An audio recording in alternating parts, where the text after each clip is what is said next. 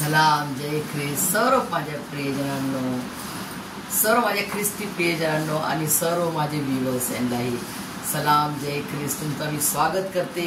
या समयाला परमेश्वराचा धन्यवाद देत, त्याची उपकार स्तुती करत त्याच्या सुंदरशा वचनाकडे आपण वळूया. प्रियजनांनो, आजचं सुंदरसं वचन मला मिळालेलं आहे. सर्वात प्रथम मी तुम्हाला विचारेन, तुम्ही सर्व कसे आहात? तुम्ही सर्व बरे आहेत, कारण की तुमच्यासोबत आणि माझ्या संगती आपला जिंदा खुदा आहे, जिवंत परमेश्वर प्रभू येशू ख्रिस्त तुम्हाला मला सांभाळतो आणि तो आपल्याला त्याच्या सुरक्षित हातात, तळ हातात धरून तो आपल्याला चालवतो. प्रियजनांनो, ते आपल्याला आपल्या पापी डोळ्यांना नाही दिसत, परंतु अदृश्य परमेश्वर आपल्याला, जसा आपण श्वास घेतो हवा दिसते का आपल्याला? नाही, तसा परमेश्वर आपल्या संगती आहे. त्याचा जीवनाचा श्वास आपल्या नाकपुड्यात त्यांनी टाकलेला आहे. येशू त्याच्या नावाचा आपण श्वास घेत आहोत. म्हणून तुमच्या जीवनात आणि माझ्या जीवनात त्याची योजना अजून बाकी आहे. म्हणून मी आणि तुम्ही जिवंत आहोत. त्याची योजना पूर्ण करण्यासाठी आपण प्रभूच्या स्वाधीन होऊया प्रियजनांनो, आणि त्याच्या सुंदरशा लिखित जिवंत खऱ्या लिखित वचनाकडे आपण बोलूया प्रियजनांनो.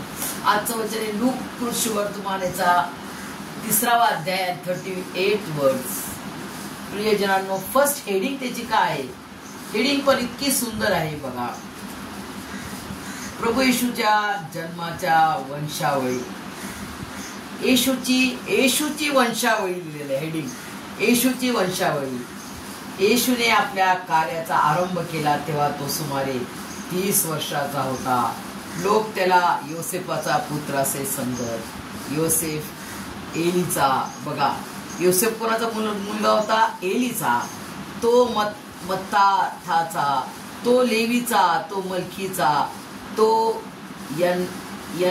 याचा, तो योसेफाचा, तो मत्तीथाचा, तो आमोसाचा, तो नहुमाचा, तो हेल्सलीचा, तो नग्याचा, तो महथाचा, तो मथित्याचा, तो शिमयेचा, तो योसेखाचा, तो योदाचा, तो योनानाचा, तो रेशाचा, तो जरुबाबेलाचा, तो शलतिएलाचा, तो नेरीचा, तो मलखीचा, तो आदीचा, तो कोसामाचा, तो एमदामाचा, तो एराचा, तो येशूचा, तो अलिएजराचा, तो योरीमाचा, तो मत्ताथाचा, तो लेवीचा, तो शिमोनाचा, तो यहूदाचा, तो योसेफाचा, तो योनामाचा, तो एलियाकीमाचा, तो मलाचा, तो मिन्नाचा, तो मत्ताथाचा, तो नाथानाचा, तो दाविदाचा. बघा, नाथानाचा, तो दाविदाचा, तो इशायाचा. बघा, इशायाचा पुत्र दावीद ना, आपण म्हणतो इशायाचा पुत्र दावीद. इशायाला जेव्हा शिमोन नाही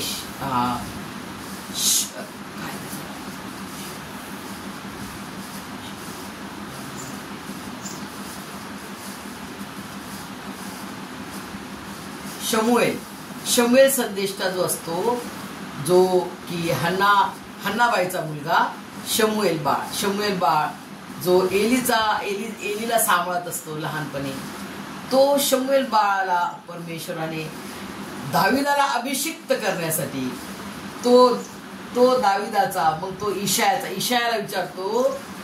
शमूएल संदेष्टा जेव्हा तो म्हातारा होऊन जातो, तेव्हा म्हातारा होत असतो, तुझा आणखीन मुलगा आहे का? तर तो इशायाचा. तुम्हाला आठवण आली म्हणून मी ते थोडंसं तुम्हाला सांगण्याचा प्रयत्न केला. प्रियजनांनो, तो इशायाचा, तो ओबेदाचा, तो बवाजाचा. बघा, बवाज कोण आहे प्रियजनांनो? तुम्हाला आठवते? बवाज रूथ संगीत लग्न होते बवाज, तो या बवाजाचा.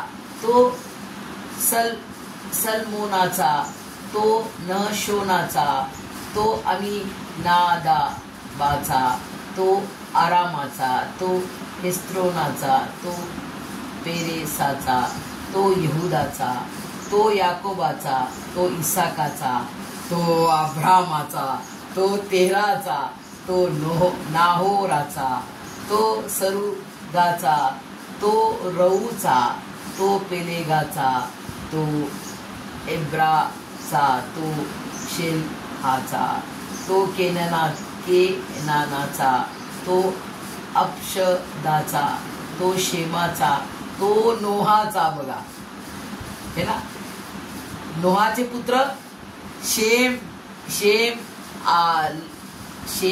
हेम राफेल, हे ना 3 मुलं होते ना नोहाचे. तो नोहाचा, तो लामेखाचा, तो मतुशलहाचा, तो हनोकचा. हनोकला परमेश्वर मरणाचा अनुभव देत नाही. हनोक 300 वर्ष परमेश्वरासंगती चालला. 300 वर्ष परमेश्वरासंगती चालला असं वचनात लिहिलंय प्रियजनांनो. म्हणजे हनोक कसा मनुष्य होता प्रियजनांनो, तो 300 वर्ष परमेश्वरासंगती चालला. म्हणजे तो किती लीन, नम्र आणि परमेश्वराचा भय धरणारा असा नीतिमान व्यक्ती होता. परमेश्वराला भिवून आणणारा. तो यारेदाचा, तो महलेलाचा, तो केनेनाचा, तो अनोशाचा, तो शेताचा. बघा, तो आदामाचा, तो देवाचा पुत्र. प्रियजनांनो, हे मी वंशावळी का वाचली? इतकं सुंदर आहे ते.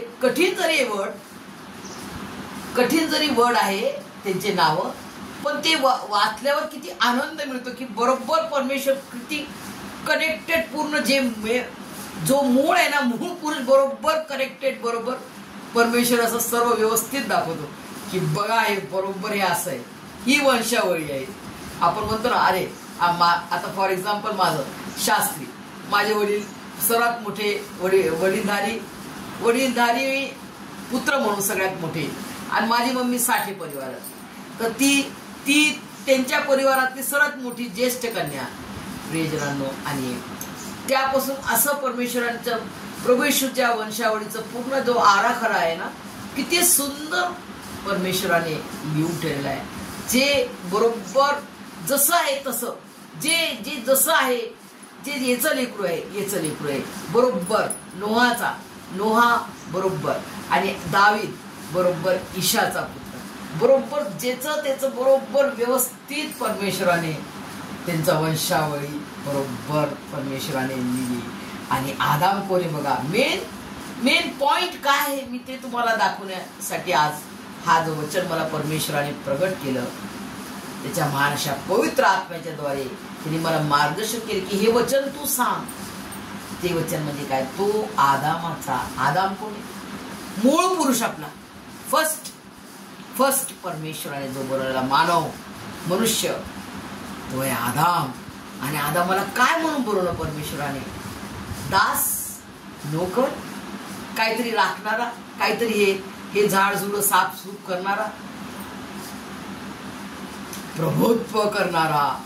प्रभुत्व करण्यासाठी, सर्व वस्तूंवर प्रभुत्व करण्यासाठी, आणि तो देवाचा पुत्र म्हणून त्यांनी आदामाला बनवले प्रियजनांनो.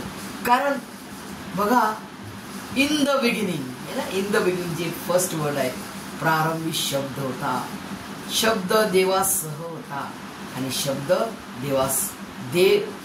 देव होता.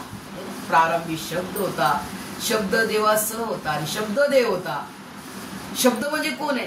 वर्ड म्हणजे कोण आहे? वचन म्हणजे काय? वर्ड. आणि ते वचन कोण आहे? प्रभू येशू ख्रिस्त. हे सर्व आपण पूर्ण जे बायबल वाचतो, हे काय वाचतो? हे कोणाला वाचतो? प्रभू येशू ख्रिस्ताला वाचतो प्रियजनांनो. हे गूढ रहस्य परमेश्वर आपल्याला प्रगट करतो. जसं आपण त्याचे वचनात, त्याच्या प्रार्थनेत आपण वाढतो, तसं त्याचं प्रगटीकरण, त्याचं गूढ रहस्य वचनाचं तो आपल्याला प्रगट करतो आणि आपल्याला दाखवते हे असं आहे, हे असं आहे, हे तसं नाही आहे, हे असं आहे. त्याचं वचन तो क्लिअर, स्पष्ट, ट्रान्सपरंट जसं आहे तसं. आदाम कोण होता? ऍडम, फर्स्ट मनुष्य कोण होता? तो देवाचा पुत्र. ही म्हणजे ऍडम, तो म्हणजे ही गॉड सन, परमेश्वराचा, देवाचा पुत्र, परमेश्वराचा पुत्र म्हणून आदामाला परमेश्वराने त्याच्या प्रतिरूपाचा बनवला. जसा परमेश्वर आहे, जसा आपला पवित्र पवित्र त्रेक एक परमेश्वर आहे. चला आपण लिहिलेलं आहे, मी नाही, मी बनवतो असताना लिहिलंय. चला आपण आता आपल्या प्रतिरूपाचा मानव बनूया. चला आपण, हे ना, चला आपण. प्रियजनांनो, याच्यामध्ये काय आपल्याला स्पष्ट दिसते की परमेश्वराने त्याच्या प्रतिरूपाचा आदामाला बनवला आणि त्याच्या प्रतिरूपाचा बनवून त्यांनी त्याला पुत्र म्हणून, आपला पुत्र म्हणून त्याला बनवला. प्रियजनांनो, आणि ही गोष्ट प्रियजनांनो सर्वांनी लक्षात ठेवा की आदाम आणि हवेनं जेव्हा पाप केलं तर परमेश्वर त्याला असं म्हणे, अरे बापरे, आता मला प्राण द्यायला लागेल. असं नाही म्हटलं, अरे तुझी आता पाप केला, आता मला प्राण द्यायला लागेल, माझ्या पुत्राला पाठवा लागेल, तुझ्यासाठी प्राण द्यायला लागेल आणि तेव्हाच तू आमच्या संगती राहणार. असं काही नाही सांगितलं. ते सर्व आत्मिक जहानमध्ये ऑलरेडी झालेलं. ते आत्मिक म्हणजे आपल्याला आदामाला बनवण्याच्या आधी परमेश्वराने आत्मिक जहानमध्ये त्यांनी आपल्यासाठी प्राण दिलेला. प्रियजनांनो, त्यांनी आपल्यासाठी ते सर्व दुःख सहन केलेलं, ते भयंकर दुःखदायी मरण त्यांनी सहन केलेलं. प्रियजनांनो, आणि प्रियजनांनो, आता ते ऍक्च्युअली ते बरोबर स्टेप बाय स्टेप होण्यासाठी बरोबर परमेश्वराने आदामाला बनवले. आणि मग त्यांनी जो पाप केला आणि त्याच्या प्रायश्चित्तासाठी ते पाप जे केलेले ते कोणताही मनुष्याने सर्व काय दिलं, सर्व त्याची संपत्ती दिली, त्याचं काय मिलियन बिलियन अरबो खरबो किती काय त्याचे रुपये असतील ते दिलं, त्याचा प्राण दिला. कशा रीतीने पण त्याचा प्राण दिला, हाल करून मेला, दगडाने ठेचून मेला, गळफास घेऊन कशा रीतीने पण तो मेला, तरी त्याचा काहीच फायदा नाही. काहीच त्याचं निरर्थक व्यर्थ आहे. त्याचा सर्व श्रम, त्याचा सर्व काही व्यर्थ आहे. प्रियजनांनो, म्हणून परमेश्वराने आपल्यासाठी जी योजना केली होती यिर्मया संदेशाच्या द्वारे, यिर्मया 21:11, For I know I have plans for you, declares the Lord, plans to prosper you and not to harm you, plans to give you hope and a future. ते म्हणजे काय?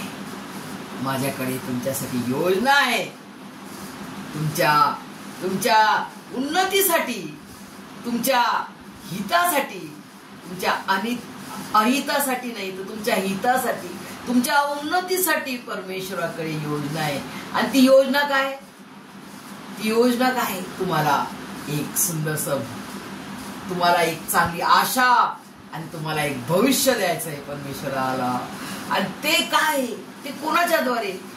प्रभू येशू ख्रिस्ताच्या द्वारे. ती आशा काय, किती चांगली आशा आहे बघा, की माझा प्रभू येशू मसीह येणार आणि तो मला घेऊन जाईल आणि त्या महान अशा सोन्याच्या नगरीत, त्या स्वर्ग कसा आहे?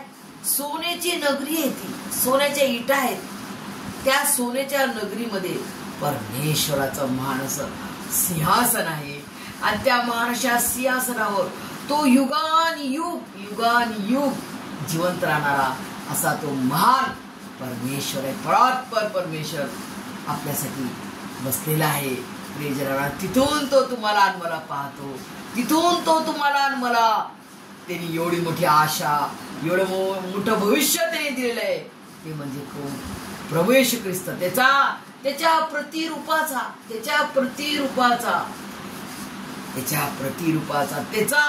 त्याच्यातून प्रियजनांनो, त्याचा एकुलता एक प्रिय पुत्र, परमप्रिय पुत्र प्रभू येशू ख्रिस्त त्यांनी दिला आणि त्याच्याद्वारे, त्याच्या पवित्र पवित्र बलिदानाच्या द्वारे सर्व जगातील मनुष्य प्राणीला, सर्व मानव जातीला एकच नाव आहे उद्धाराचं, एकच नाव तारणाचं, ते म्हणजे प्रभू येशू ख्रिस्त. प्रत्येक जीव, प्रत्येक गुडघा तो अंगीकारेल, त्याच्या समोर टेकेल आणि म्हणेल येशू मसीह माझा प्रभू आहे. आणि ते सर्व ऊर बडवती म्हणजे छाती आपटते. अरे बापरे, अरे येशू मसीह माझा प्रभू आहे, अरे बापरे माझा येशू मसीह प्रभू आहे. याला मी किती वाईट बोललो, याच्याबद्दल मी किती वाईट बोललो, याच्याबद्दल मी किती थट्टा केली, किती निंदा केली, यांच्या लोकांवरती मी किती अत्याचार केला. आणि माझ्या वाचण्यात वचन आलेलं आहे की ज्या मनुष्याने त्याला प्रभू येशू मसीहला भाला भोसकला, तो व्यक्ती देखील प्रभू येशू मसीहला पाहेल. अरे बापरे, मी या प्रभू येशू मसीहला मारलेलं आणि हा प्रभू येशू मसीह माझा प्रभू आहे, हा खरा जिवंत देव आहे. असं करून ते छाती ठोक पिटतील आणि दुःख करतील, ऊर बडवतील, पश्चाताप करतील. प्रियजनांनो, असं देवापाचं याच्यामध्ये जिवंत लिखित खरं वचन आहे. आणि त्याचा एकही काना आणि मात्रा हलणार नाही. जग आणि त्याचं सर्व काही संपून जाईल, परंतु परमेश्वराचं जिवंत खरं लिखित वचन हलणार नाही. त्याचा काना मात्रा बिंदू टळणार नाही. प्रियजनांनो, होगा होगा होगा, 100% होगा. प्रियजनांनो, सुंदरसं परमेश्वराने आपल्याला हे जीवन दिलेलं आहे, हे जीवन दिलेलं आहे. आणि या जीवनामध्ये खरा सुसमाचार काय आहे? माझा प्रभू येशू ख्रिस्त कुमारिका मरियेच्या द्वारे या जगात जन्मला. आणि तो जन्मला तर राजा म्हणून जन्मला आहे ना, गवानीत जन्मला राजा म्हणून. 3 ज्ञानी लोक शोधा लागले, अरे कुठं यहुद्यांचा राजा जन्मला आहे, कुठे तो? हेरोद राजा थरथर कापा लागला, अरे कोण जन्मला? मी तर राजा आहे, पण आता अजून कोण राजा जन्मला? घाबरला हेरोद राजा. आणि ते लोक शोध करा लागले आणि त्यांना बरोबर तो अद्भुत तारा, ते हे होते ज्ञानी लोक होते, ते सगळं स्टेथोस्कोप, आता जे म्हणतो ना आपण स्टेथोस्कोप, असं ते पाहायचे. असं करून तिने पाहायचे आणि त्यांना ते दुर्बिणीनं माहीत पडायचं, अरे बापरे हे काय. बरोबर तो अद्भुत तारा त्यांना दिसला आणि बरोबर ते आले प्रभू येशूकडे आणि त्यांनी नमन केले आणि त्याला त्याचं दर्शन घेतलं, त्याला नमन केले, त्याचे दर्शन घेतले. आणि प्रियजनांनो, आणि त्याला राजा म्हणून सोनं अर्पण केलं. 3 गिफ्ट त्यांनी आणले. 3 जण होते, 3 ज्ञानी लोक. त्यांनी गिफ्ट राजा म्हणून त्याला सोनं दिलं. सोनं, राजाला सोनं देतात ना प्रियजनांनो, सोनं राजा म्हणून सोनं अर्पण केलं. दुसऱ्यांनी काय अर्पण केलं? ऊद म्हणजे काय? सुगंध. सर्व जगात प्रभू येशूचा नावाचा सुगंध, प्रभू येशू ख्रिस्ताचा नावाचा सुगंध पूर्ण जगात पसरणार. तो ऊद आहे. ऊद म्हणजे प्रियजनांनो, जी हरणी असते ना, त्याच्या शरीरामध्ये, पोटामध्ये कुठंतरी तो खुशबू असते ना, ते सुगंध इतका भारी असतो की तो असा सेंट आहे की तो पूर्ण जगात असा खूप पसरतो. खूप खुशबू येते, खूप लांबपर्यंत खुशबू येते, देशोदेश त्याची खुशबू येते. तर प्रियजनांनो, प्रभू येशू ख्रिस्ताचा जो कार्य यरुशलेमात त्यांनी केलं, यरुशलेमामध्ये सर्व चमत्कार केले प्रभू येशू ख्रिस्ताने, आणि त्या चमत्काराचा सुगंध आज भारत देशात आहे बघा. आणि हे गीत मी म्हणणार प्रियजनांनो, आणि मी खूप आनंदाने म्हणणार. दुनिया के कोने कोने में गूंज रहा यीशु का नाम, दुनिया के कोने कोने में गूंज रहा यीशु का नाम, कैसा प्यारा यीशु का नाम, दुनिया में हालेलुया. भारत के कोने कोने में गूंज रहा यीशु का नाम, कैसा प्यारा यीशु का नाम, भारत में हालेलुया। इस दिल के कोने कोने में गूंज रहा यीशु का नाम, कैसा प्यारा यीशु का नाम, इस दिल में हालेलुया। प्रियजनांनो, आणि गंधरस थर्ड जो असतो वाईज मॅन म्हणजे